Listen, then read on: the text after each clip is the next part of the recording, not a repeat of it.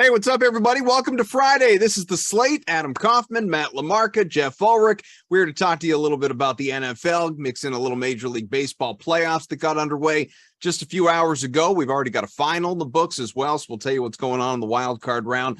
And, whatever we have time for, we'll take your questions, your comments, your thoughts, whatever it is. So mix them in by all means the next, about 40 minutes that the trio of us is with you here. Guys, I don't know about you. I don't know how you've spent your day. I've been adulting. I went out, I bought a new microwave. It's really exhilarating stuff. Sounds wonderful. I've been working. Good. So in a matter of speaking, you have also been adulting. Yeah, I suppose. Yes. Yeah. We have jobs, man. I mean, I don't know who has time to go out and buy a microwave in the middle of the day, but apparently you are in your little palace there. So yeah, that's congrats, right. I guess. Yeah, got to you can't have an inability to reheat chicken nuggets for the kids in the Koff compound. So you got to go out. You got to get the microwave when need be. Let's talk a little bit about last night's just putrid football game. And I realized to do it proper justice, we wouldn't even acknowledge that it happened. But, I feel like it bears just some sort of something looking back. I mean, typical Thursday night football, and I don't think anyone had a good feeling. Jeff, you were on with us yesterday. We were talking about this going into that game. It's the Colts, it's Russell Wilson, both quarterbacks struggling. There was optimism that, hey, the Broncos defense could be a good play, and Russ is coming off a good game and Ryan's coming off a good game. Maybe we'll actually, even without the top running backs on each team, get a decent game. But Nyheim Hines ruled out very, very quickly, like in the first few plays with a concussion, and everything just went south from there to the point where you had not a single touchdown. Congrats, by the way, to the person who used the DraftKings Sportsbook to throw down $100 and win. I think it was 10 grand or 10 grand plus for actually laying the bet of there will not be a touchdown scored in this game. You read that thing, you cashed in, good for you. It was a kicker's game, and it was downright ugly, fellas. Yeah, and I don't think the running backs being ruled out really had anything to do with it. Like Melvin Gordon, was he great last night? No, but he had 100 yards of total offense. He's not the reason that the Broncos lost. It's that their passing game just cannot get anything going. And Russell Wilson, he needs to call up Mr. Unlimited and invite him out to Denver. So far, all we've seen is Mr. Limited out there. So don't worry, though. He's still telling people to ride after the loss. Let's ride, Broncos country. Mr. Extremely Limited. Like a couple things. First of all, if you had a Colts ticket at +3 or 3.5 or whatever it was, go buy a lotto ticket today. The Broncos had the game won. Like, it's just, I don't even care about all the other stuff that went on, like how we got to that point. But when it's 9-6 and you're on your opponent's 20 and they're out of timeouts and there's 2.5 minutes left in the game and it's 3rd and 4, you don't chuck the ball on a low percentage play with a high turnover ratio into the end zone. Like, I just do not like, it's incomprehensible what the Broncos did. It's like, I've been thinking, I can't even, my brain can't wrap myself around it because there's no logical explanation for what they did. They literally took the game that they had won. They probably had a 95% win rate on 3rd and 4 there if they just knelt, and they just threw it away. Like, it's mind-boggling, so, I mean, I don't know, but this is the NFL, and like, this is what, like, the coaches, they don't understand the win probabilities, and like, nobody takes it into account. They just call their plays sometimes, and these things happen. But like, wow, the Broncos have shot themselves in the foot like numerous times. So what a ugly game, but like, just the way it ended was it's just incomprehensible that they did that. I mean, it's inexcusable. Like, you can't take a game that you've won and just like throw it away because you feel like throwing into the end zone. That's basically what the Broncos did. Well, I had 20 lineups for that game last night. 20, and I don't mean 20 contests. I mean 20 different lineups for that game last night. And to say that it would have been a better use of my money to literally just light money on fire and watch it burn would have been more entertaining than that game, and the results for me last night would not be an understatement. But I did because I was curious. Like, what does the $1 million lineup look like after that game? And I don't know if either of you looked at it, but props to Jaguar Lou is the username, who had the gumption, the stones to even enter a $15 lineup that looked like this and cash out $1 million, a unique lineup, $1 million lineup. This is what it sounded like for last night's game. At captain, Alec Pierce, 24 points in that spot. Cortland Sutton, and then Chase McLaughlin, 17 points in the flex, and both DSTs that had 14 points apiece. Didn't it both kickers? It was the two kickers, the two defenses, Pierce at captain. Yeah, and then there had to be my screen's cutting off. There had to be one other. Maybe it was Philip Lindsay, or actually it was probably someone who cost more than that. No, but you said the two names. You said it was Phillips captain and was it Sutton? No, but I only named 5. There should be 6. Yeah, you're missing the other kickers. kicker. Right. Kaufman. Listen to what is it both kickers? Yeah, Yes. I'm pretty sure. I'm like almost positive. Yeah. Yeah. And then and Samir is telling us second place in the Millie captain to kicker. Captain to kicker. Yeah. So yeah, there you go. I mean, my goodness. 92.5 points was that showdown winning lineup. So absolutely, look, hats off to Jaguar Lou. They say differentiation is key, and you got to be bold when you want to have a chance. Most of us expected that game to be ugly. I didn't think it was going to be that ugly, but way to go to that person. Yeah, 2 kickers, 2 defenses, Pierce a captain, and Sutton. Just gross. All right, that being said, bigger picture, looking at the weekend now, will this game that we just saw not only be decisively, but far and away the worst game of the entire week? I'd say yes. Yes, from a standpoint of like just overall play, but I got It's like insanely major rare. concerns. I got concerns about a couple games. I think the biggest concern I have is San Francisco, Carolina could be just an ugly game. I think the Giants, I think that game is, look, the Packers are probably going to be fine, but like the Giants, like that game's just going to be boring. The Giants and Packers, because I think that the Giants coming in so banged up, they got to fly over the pond. I just don't see them putting up much of a fight here. Like, I think this one's going to just be a bit of a laugher and over quickly, and the Giants probably just going to pull their players. Like, that's the feeling I'm getting from this game. I don't see anything that the Giants are going to do on offense to move the ball against the Packers defense, which is pretty good. And they still have Saquon Barkley, right? They do, but the Packers are still allowing 5 yards of carry. Yeah, right? but that all came against the Bears in like garbage time. I don't like the Giants in the spot at all. Well, I can tell. I'm taking the 8 points with New York. Oh, God. I took the 9.5 with the Patriots last week, and I'm taking the 8 for the same principles, right? Like, is the Giants offense that much worse than the Patriots? I don't think so. They started their third quarterback, or their third quarterback saw playing time in that game. Yeah, he'll be starting this weekend. Right. I do think that the Giants will be able to at least control this game a little bit with their ground attack. And, the receivers are a huge issue, but they've been a huge issue all year. And it's not like Daniel Jones now has to all of a sudden adjust to playing without these guys. He's been playing without them for 4 weeks.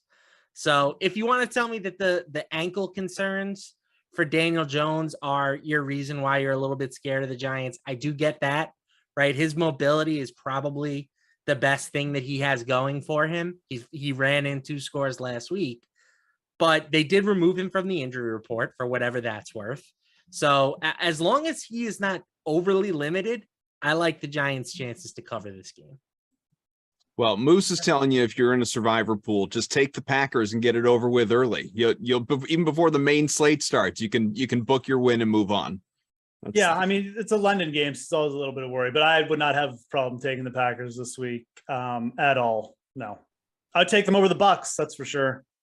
Well, some of the, obviously with the injury reports still coming out, a lot of the inactives are trickling in. Some of the bigger names, Kyle Pitts is not going to play. I know he's been a dud so far this season, but nevertheless, he's a name. People are waiting for the breakout. Treylon Burks has been doubtful all week. He's officially not playing. Dawson Knox is out. Michael Thomas is out. There are some other DeAndre Swift got ruled out. There's some other key guys as well as, and Mac Jones, as we just alluded to, is unlikely to play, according to Jordan Schultz, the Schultz report. He's with ESPN, I think. Bailey Zappi in line for his first start against the Lions. An interesting game. We don't have to dissect it. I just think it's interesting because you have a line. It's not even about the Patriots. You have a Lions team that is leading the league with 35 points a game and the most yards per game, and is also the worst defense, allowing 35 points per game. So it's, I just find that whole dynamic, regardless of who they're playing, kind of fascinating going into this thing. But is there as we get into the main slate, LaMarca, what's the most interesting game to you here that you've got your eye on? The most interesting game. Be it as a viewer or obviously from a betting perspective. So I think from a viewing standpoint, Bengals Ravens, I think is a really good game. I think those are the two clear best teams in the AFC North. I know that the Browns technically are up there too right now, but I don't really believe in them. So this is a big game early in the season. The Bengals have kind of bounced back after losing their first two. The Ravens have been up and down. They lost a game last week that they probably could have won. So it's a big game for both teams. From a betting standpoint, I think the game that interests me the most is Jacksonville and Houston, right? You've got the Jags, who are listed as 7-point favorites in this spot. And I think that this is a big test for Jacksonville to see how far they've come as a team, right? It's one thing to be the underdog that, routinely plays games that are closer than you think they're going to be, right? They've been frisky all year. Now they're being asked to not only win a game, but to win it pretty convincingly against the Texans. It's a very different dynamic, a dynamic that they haven't had in a few years. So I'm interested to see how they respond to that. Personally, I like the Texans in that game getting the full touchdown. But if Jacksonville really is trending in the right direction and the defense has become a really good unit and Trevor Lawrence is ready to make that step, then this is a game that the Jaguars should win pretty convincingly. But like I said, I need to see it before I'm willing to make those assumptions. Moose, where are you looking? Yeah, that line is just massive for the Jags. Even if they win, I almost feel like it'll be more about the Texans just being pretty bad, but there's no way I'd take the Jags to cover there. I'm not actually sure where the money is going in that game, but because I know that I'm going to be probably having some money on the Texans. I haven't really looked and I don't really care, but yeah, I agree there. So for me, from a betting perspective, this is definitely not the game I'm most interested in viewing necessarily, but the Bears and the Vikings. I think that the Vikings they're just overrated again. They beat a couple bad teams and they didn't even really beat them convincingly. Their secondary isn't very good. They caught the Packers in week 1. Big deal. Everyone catches the Packers in week 1. So I think that the Bears are potential upset. I think they're a good underdog bet here. I definitely like them on plus 7.5. I think that Fields props here also have a good chance of going over. The Vikings are 4th last in pass yards attempt against. Their secondary, I think Darnell Mooney, it's a really good matchup for him. So those are two things I'm looking at from a betting perspective. I think that the Bears are just getting undervalued. And again, I think the Vikings overvalued a bit. So looking at that and, from a watchability standpoint, from a DFS standpoint, we talked about the Detroit-Seattle game last week. And I think Lark and I were both on that big time. But the Chargers and Browns, I think, has similar vibes this week. Both these defenses are overrated. You've got high-end DFS plays and Chubb, Herbert. I think you're going to see a lot of points in that game. A lot of yards. I was just scanning the DK Sportsbook as people saw on their screens. And what I was looking at in particular, the over-under column. Usually there's a couple of games that, are sitting at around 51, 52, 53. Everything is in the mid to, maybe high 40s. Obviously, the one game that you talked about off the hop, the Panthers and Niners are not even at 40. You want to talk about a potential putrid performance on the way again. But if there was one game, LaMarca, that you were to identify, and obviously this sort of takes us a little bit into DFS in terms of how people are going to build their lineups. Is there one game that you think is just going to be an eruption, a shootout, a lot of points with guys that people should be thinking seriously about rostering or prop bets, obviously? So I'm going to take that question just in a slightly different direction. Okay. The Falcons and the Bucks, that game has a total of 46 points. Mm-hmm. I think the Buccaneers get to at least 30 of them on their own. I think the Bucks, it's just the perfect spot for them to put it all together, right? Like the offense was there for them last week. Tom Brady had over 380 yards. He had 3 touchdown passes. And it was just the defense that uncharacteristically didn't do their job. This week, they get a Falcons team that is missing Cordero Patterson, that is missing Kyle Pitts. Mm-hmm. They're not exactly brimming with offensive talent to begin with. I think that this is a game that the Bucks win by, I'm going to say 3 touchdowns plus. So I think it's a bloodbath in Tampa this week. I think their offense goes 30, maybe even 40 points. And they easily cover the 10-point number. Makes a lot of sense. Jeff, you agree with that? The Pitts news worries me with Atlanta a little bit. But like Atlanta's scrappy, man. I mean, they 4-0 ATS. I don't want to take the Bucks here. I'm not as confident as I am on with Atlanta as I was earlier in the week, admittedly, but the lines also moved to 10. I think the Bucks just aren't as good a team as they were. So it's definitely a get right spot, but man, there's a lot of money coming in on the Bucks. And just fading the public in these heavy spots has been really profitable so far. And I think Atlanta's the side. So again, I'm going to have to go against Lamarck on this one too, but they're running the ball a lot. I think they're going to be able to run the ball against Tampa, who gave up like 5 yards per carry last week. And Brady's got this shoulder stuff. I'm not convinced. There's definitely a scenario. There's definitely a scenario where the Falcons secondary gets just shredded here, because that's probably the weakest part of their defense. It's not probably, it is. Yeah. But like, I also think that Atlanta is going to move the ball and potentially just put Brady under pressure, much like the Chiefs did last week, and just like force them to play a little bit of, like catch up and do things they don't want to do. So Big Drake London I'll take Atlanta, but I admit this isn't like a 5-unit spot for me. This is just kind of like, we'll sprinkle on Atlanta and see, but I'm definitely on the Falcon side. So go against the mark on this one. What you were just starting to say there, Lamarca, is that your expectation? You think London goes off here in this one just because, lack of options on the Atlanta side? I mean, I'm not nearly as bullish on the Falcons as Jeff is, but if they are going to score points against Tampa Bay, it has to be him, right? I guess you could say Tyler Algier, the new running back, maybe he gets in on the ad. Tyler Algier is good. Like I'm very high on Tyler Algier. I think he did well after Patterson went out last week. Very well-rounded college player. He's really good between the tackles. I think he can actually run. Like I'm not shocked that he had success last week. And I think Algier and like this is a good spot for Drake London. But it's like I said, it's far from a full confidence play for me. But I'm gonna take the Falcons. They've just been so good at covering, and I just think the 10 points is too much. Like I just don't. I think Tampa's getting some like history credit here, and I don't think they deserve it this year yet. They might after this game, but we'll see. So which game is the one that you're looking at as far as one that's just going to have, a huge amount of points? Oh, I mentioned it. It's the Chargers and the Browns. I think that game goes over. I think the line should be like 0.2 higher. I just don't think these defenses aren't good. You got Nick Chubb going up against like bottom 3 run defense.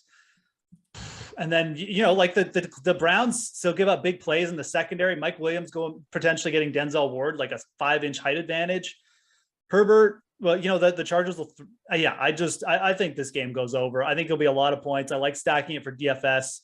It'll be a little bit different too, because it'll be paying up for a lot of guys, but there's still enough value around that you can do that. That is the main game I'm really looking for points. I think Pittsburgh Buffalo is also interesting, but it's a lot more, there's a lot more variables with Pittsburgh and Buffalo where it's just a bit of a show, so to speak, where, Pickett just can't get anything going. The Bills just overwhelm him. But I actually have high hopes for Pittsburgh. Like, I think betting the over on the Pittsburgh Steelers team total is actually fine. I think that he will be able to move the ball. I think the Bills are coming off 2 tough games in a row on the road. It's a bit of a letdown spot. They're 14-point favorites. They're still banged up in the secondary. I think like Pittsburgh's got Tomlin. I think that the Pittsburgh could come out here, put some points up quick, and just force Buffalo into like a track meet again to catch up. And I think the Bills will eventually prevail because the Steelers secondary is not going to be able to stop Steph Diggs. But yeah, I think that this game could also potentially just be sneaky.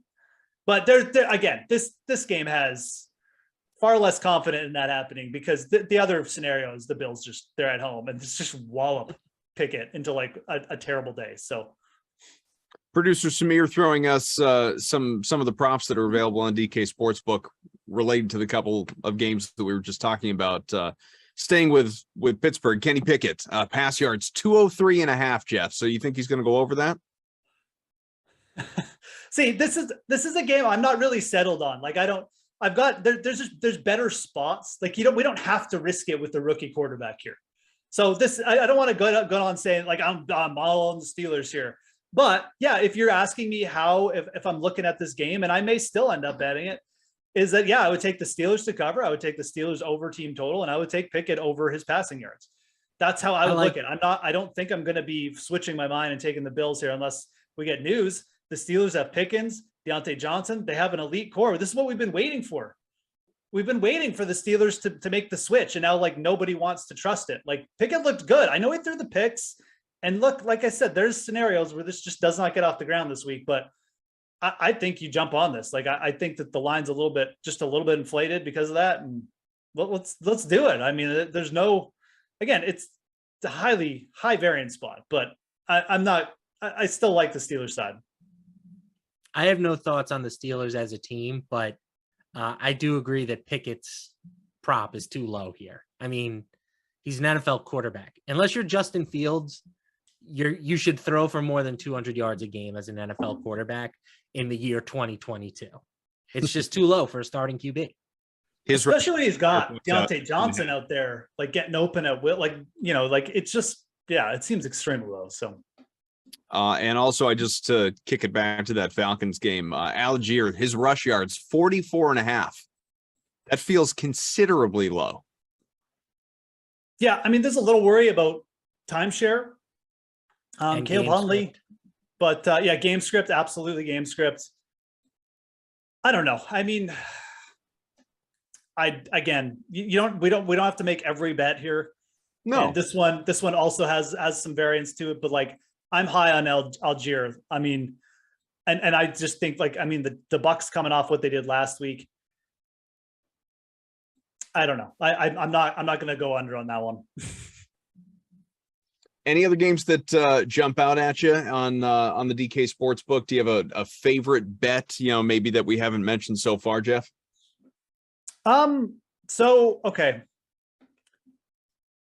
Mentioned the Giants off the top. I actually like fading Saquon Barkley in that game and going under his rushing total, but that's just my take. Obviously, I'm pro Packers in that game.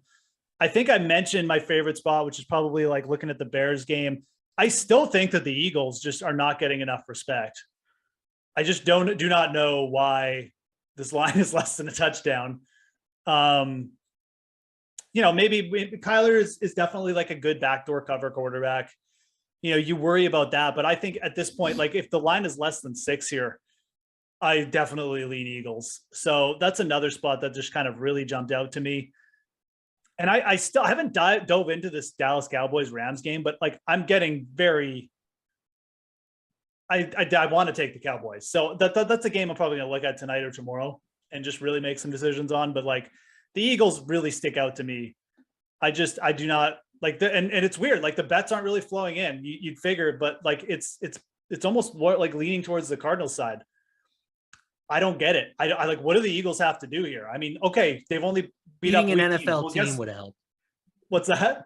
Beating a real NFL caliber. But sure, team. but they're playing the Cardinals this week. Like, I'm sorry, but like the Cardinals are going to blitz like every play, and Dallas Goedert is going to put up like 100 yards, and the Eagles they're just going to win. And maybe Kyler gets the lucky backdoor cover, but I like the Eagles here. Well, we're going head to head on a lot of games this week. We are, it sounds like. I have the Cardinals plus 5.5 technically in my my picks article, 18-2 to start the year. You're due for regression though. Absolutely. Is he though? Clearly No, due he's for not. regression. He's a sharp dude. I'm just kidding. I'm saying He Clearly- knows what he's talking about. Clearly due for regression. But for me, it's a pure principle play. Like the perception of the Eagles has become that they are the best team in the NFC. They have the best Super Bowl odds in the NFC. They're technically third right now, trailing only the Bills and the Chiefs. And I will admit, of course, that the Eagles have been impressive to start the year. They've played really well. They have a great defense. Their offense should be pretty good when all things are said and done. But, ultimately, wins over the Lions, Vikings, Commanders, and Jaguars is not going to warrant that big of a shift in my eyes. I've increased their power rating since the start of the season, but I still don't have them in a tier where they would deserve to be 5-point road favorites over the Cardinals. That's essentially saying that they are almost a full touchdown better than the Cardinals on a neutral field. And I'm just not ready to make that bet yet. Maybe by the time we get to the end of the year, we'll look back on that and I'll say they were the better team. They deserve to be that heavily favored, but I'm still waiting for more evidence. And again, Jeff kind of laid out the case with Kyler Murray. He's dangerous on a backdoor cover. Russell Wilson's the only dangerous one. I'm sorry? Russell Wilson's the only dangerous one. Danger to himself. Broncos country. Let's rap. He's dangerous. You ever tried this stuff? LaMarca, I'm glad you brought up your power rankings because it is a favorite Friday staple of mine. What is the top 5 in the LaMarca list looking like right now? So right now I have the Bills. Again, they're pretty much going to be cemented at number 1 all year. Sure. Some concerns with the defense, obviously the health of the defense, but when they're healthy, I have them as at least 9 points better than league average. Chiefs number 2. And then I have kind of just a huge log jam at that point down. I shouldn't say that. The Bucks I have as sort of in a hybrid tier by themselves. But then Eagles, Rams, 49ers, Packers, and Chargers and Ravens are all separated by like roughly half a point. Okay. Interesting. Tail this guy, 18-2. I hope people are watching, paying attention, listening. Don't promote it like that. I don't want any angry messages because Jeff's right. Listen, I am going to regress at some point. And you know what? If you get any angry messages because you had a down week, you know what the response is? Should have gotten in earlier. No, the response is like go somewhere else if you don't like it. Yeah. I mean, look, he's putting out great baby. content. We're going to the moon. 18-2. The Bucks are. I understand why people are still high on the Bucks. I just still feel like I don't know. This is going to be this is actually, in a way, like I think find out more about the Bucks this week than last. Let me make the case, Jeff. Let me make the case. Okay. Yeah. Prior to last week, the defense had been really strong, right? They'd been dominating. And the offense was the question mark, but they had all the injuries at wide receiver. Mike Evans got suspended. Zonovan Smith out on the offensive line. All those guys kind of came back last week and the offense got it going. The defense didn't do their part against Kansas City. Patrick Mahomes, that was one of the better quarterback games I've seen this year. He was incredible. It's true. So now if you put that defense back into a normal environment against a mere mortal at quarterback and the offense can continue to keep rolling, I just think that their ceiling is a little bit higher than some of these other teams. Oh, I mean, and like the Bucks have like they won the Super Bowl 2 years ago. They're really good last year. It's not even a hot take to say that they're like still a good team. I think again, I'm not like out on them, but with all the injuries they had preseason, and just with Brady's being older, I always hold out like a modicum of like, disbelief until I guess we see them really go at it. If the Bucks are right, they're going to win this game like 36-17. Like they're going to win by, like you said, 2 or 3 scores. Cause that's what they did. That's what they've done to teams like the Falcons over the past 2 years. They've come, maybe it's been close for a while. And then it's like, oh, Mike Evans has like 100 yards and 2 touchdowns. And it's like the game's over. So yeah, I just think this game will tell us a lot. I mean, if they can beat up Atlanta, great. But if Atlanta can run the ball against them, maybe get a little pressure, and just not like limit games, like that's not a good sign for the Bucks. So all I'm saying is that I think you're right to have them ranked as high as you do, but this is like a very interesting game. Like I'm interested to see, and it's Atlanta too. I mean, like they're 4-0 ATS. I mean, I really like the young talent they have. I love the fact they went with Mariota, the way they're using him. Definitely was a better choice than my boy Mitch right now. So, it's going to be interesting for them. Are they going to crumble here? Or are they going to like stand up and really give them a fight? So in a lot of ways, it's the most interesting game on Slate for me. Well, we've got a little less than 10 minutes left in the show. Let's mix in some baseball because the playoffs have arrived. I know Bukes isn't here, but LaMarca, you're obviously a baseball guy, and Jeff, you may want to chip in here and there as well. 2 games in the books out of the 4 wild card contests today. The hometown Guardians able to edge the Rays, who have really struggled over the last couple of weeks. 2-1, the final in game 1 of that best of 3. That game took about 17 minutes to play. And just in the last few minutes, the Phillies doubled up the Cardinals in St. Louis, 6-3. One game is in progress. Seattle, Bukes Mariners up 4-0 in Toronto. That game is in the middle of the 6th. And then we're a couple hours away from the Padres and your beloved Mets, LaMarca. So I know that is what is circled on your calendar tonight. But what are the, immediate takeaways, any surprises from what we've seen so far today? Yeah, I'm surprised in the way that the Cardinals lost. I'm not surprised ultimately that they did lose. They're facing a really good Phillies team. Zach Wheeler, excellent pitcher, and things aren't going to get any easier for them tomorrow against Aaron Nola. But they had a 2-0 lead going into the 9th inning with Ryan Helsley on the mound, who has been probably the 2nd or 3rd best closer in baseball this season behind Edwin Diaz and maybe Emmanuel Clase. He had a sub-2 ERA and he just couldn't get anybody out. So the Phillies come storming back and now they hold the 1-game edge in this 3-game series. It's really tough to come back from a 3-game edge, especially when you a 1-game deficit in a 3-game series, especially when you have to go up against Aaron Nola. So it's a brutal loss for the Cardinals, very uncharacteristic from Helsley. And then my other takeaway was like this Rays offense, man, it is dumpster. Rough. Yeah, it is rough. You got Harold Ramirez hitting cleanup, Manuel Margot, Christian Bethancourt, Taylor Walls, Jose Siri. I know Siri hit the homer today, but like they have just nobody in that lineup that you feel good about. And it showed today. They had 3 hits. So it's kind of the same way I feel about the Mets lineup at times, where if you don't have those guys that can knock one over the wall, it's just so hard to string together hits during the playoffs, right? Like a lot of times people talk about how in the playoffs, you need to be able to manufacture runs. I couldn't disagree more. In the playoffs, you need to hit homers even at a higher rate than you did in the regular season, because it is just so hard to score off these ace caliber pitchers.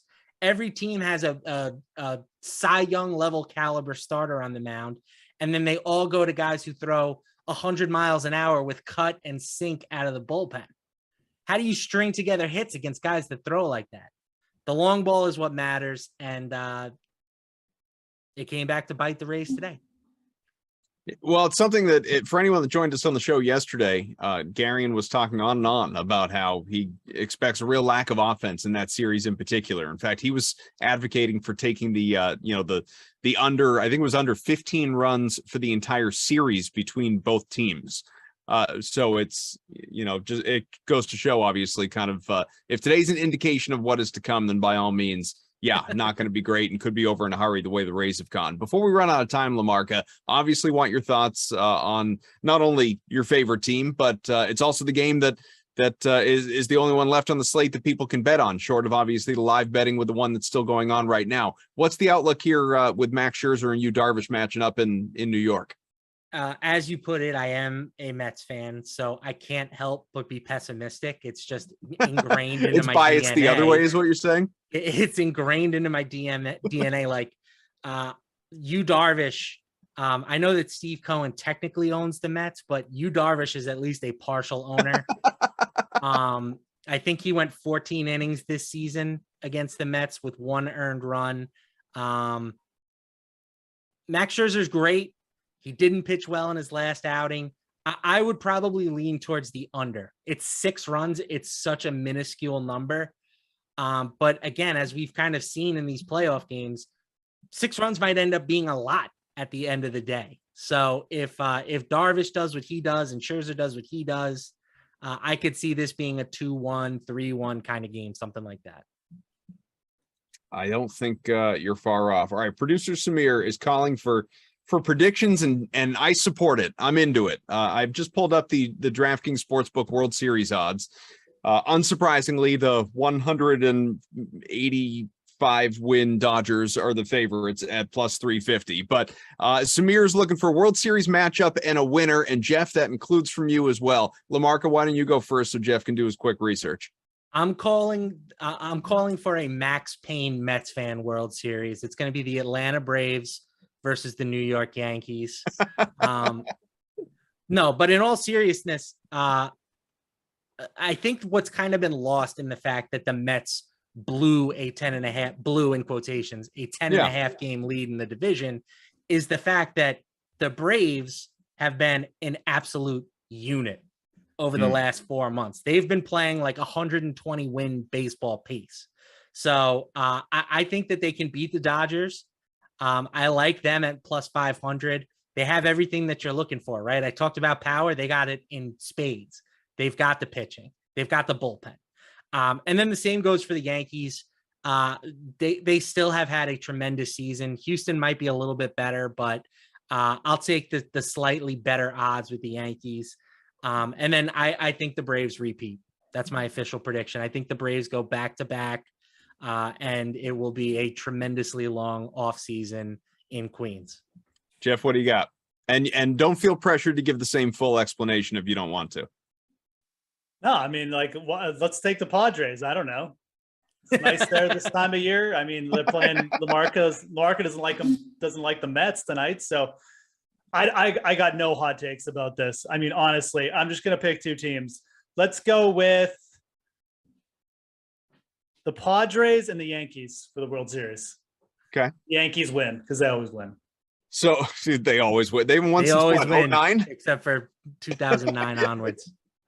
Last one was 09, and before that it was I don't even know how long. You know what I mean? They win. They won a lot. Okay. Yeah, well, so the Montreal Zoom Canadiens, do they always win? Yeah, they do. They've got like 30 championships. Okay. Thanks. Jeff sort of stole my thunder because he picked the Padres just as a goof. I'm actually picking the Padres not to win, but to reach the World Series. I think. I mean, look, the odds will tell you as much, but nevertheless, looking for a little slam Diego a year later to get hot with that loaded offense and maybe surprise some people along the way. Most importantly, obviously, you're pessimistic in nature Mets and the Dodgers. I'm always happy to see the Dodgers lose in the postseason as opposed to trying to buy a title. But I do think the Padres are going to come up short. And as much as I do not like this team and I do not like the majority of their players, I think the Houston Astros are going to win the World Series. If the Padres get past the Mets, the Dodgers, and the Braves in succession, they should just not even show up at the World Series and throw a parade anyway. They probably will too. Yeah, honestly. Just happy to be there. All right. Well, time for us to go. Samir's got a dinner reservation, so we should really call it. Jeff Ulrich, thank you for hopping on. We always appreciate the time with you. Matt LaMarca, much the same. And I do genuinely, the 4 World Series championships since have allowed me to some degree to wish you and your Mets well. Thank you. It's allowed me to get past 86. The enemy of your At least- enemy at is your least there. friend. You know what I'm saying? Exactly. And we both hate the Yankees. Yeah, there you go. See, There you go. united and bonded forever. Daniel, our technical director, Samir, jumping in on a Friday with double duty. The sweat earlier, the slate this afternoon. Samir, take the day off tomorrow. You've earned it. I'm Adam Kaufman. We'll see you later.